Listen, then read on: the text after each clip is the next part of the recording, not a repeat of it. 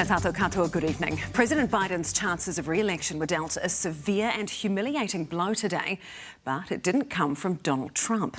A scathing Justice Department report has raised concerns about the 81-year-old's memory and cognitive abilities.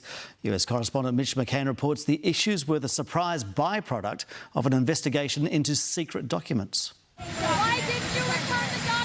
As 81-year-old Joe Biden left the White House this afternoon, he was bombarded by reporters. They demanded he answer humiliating questions about a bombshell report that had only just come out. You don't want to talk about the documents! Last year, the FBI discovered top-secret documents in the garage of Biden's personal home. Some of them can be seen on the floor here, behind the president sitting in his Corvette. They were from his time as the vice president, and Biden should not have taken them home. The government lawyer investigating has revealed that Biden even shared them with a ghostwriter. But that's not the report's most devastating blow. The special counsel revealed part of his reason for not prosecuting the president was because Mr. Biden would likely present himself to a jury, as he did during our interview of him, as a sympathetic, well-meaning, elderly man with poor memory. Making matters worse, the report went on to say, in his interview with our office, Mr. Biden's memory was worse. He did not remember when he was vice president. And then later, he did not remember, even within several years, when his son Beau died. The report is especially humiliating for the White House because this week Biden has often seemed lost for words. There's been a response from the opposition. Biden has also been confusing world leaders and their countries. This week he meant to refer to the current French president, instead confusing him for another, who died in 1996. And Mitterrand from France looked at me and said,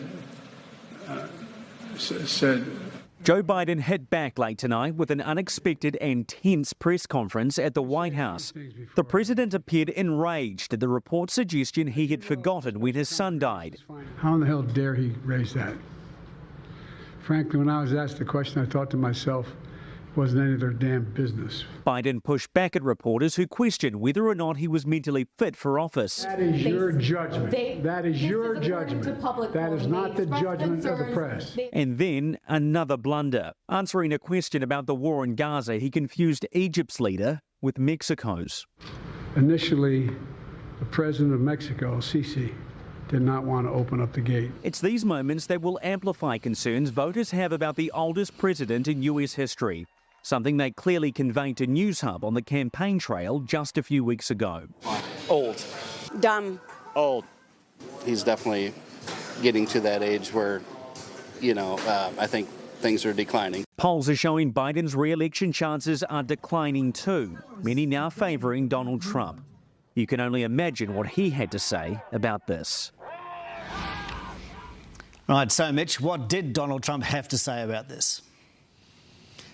Well, Simon, he said if you're too senile to stand in front of a jury, you are too senile to run for the presidency of the United States. Make no mistake, Donald Trump is enraged by this decision today. He says it is a two-tier justice system because, remember, Donald Trump himself is on trial for taking classified documents in a Florida court this coming May. So he can't understand why he's been charged, but Joe Biden hasn't. But it's important to remember there are some big differences between both of those cases. Joe Biden was very forthcoming with investigators. Donald Trump tried to stop them from coming to Mar-a-Lago, even hiding documents in a toilet. Now, there's also been another development in another Donald Trump legal case today in Washington.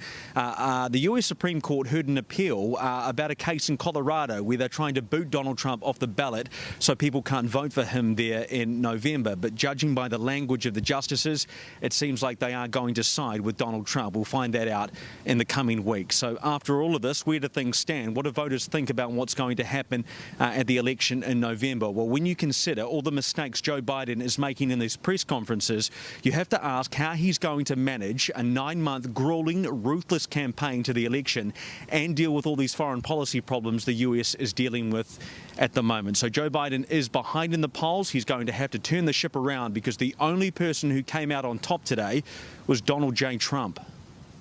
Mitch, thank you.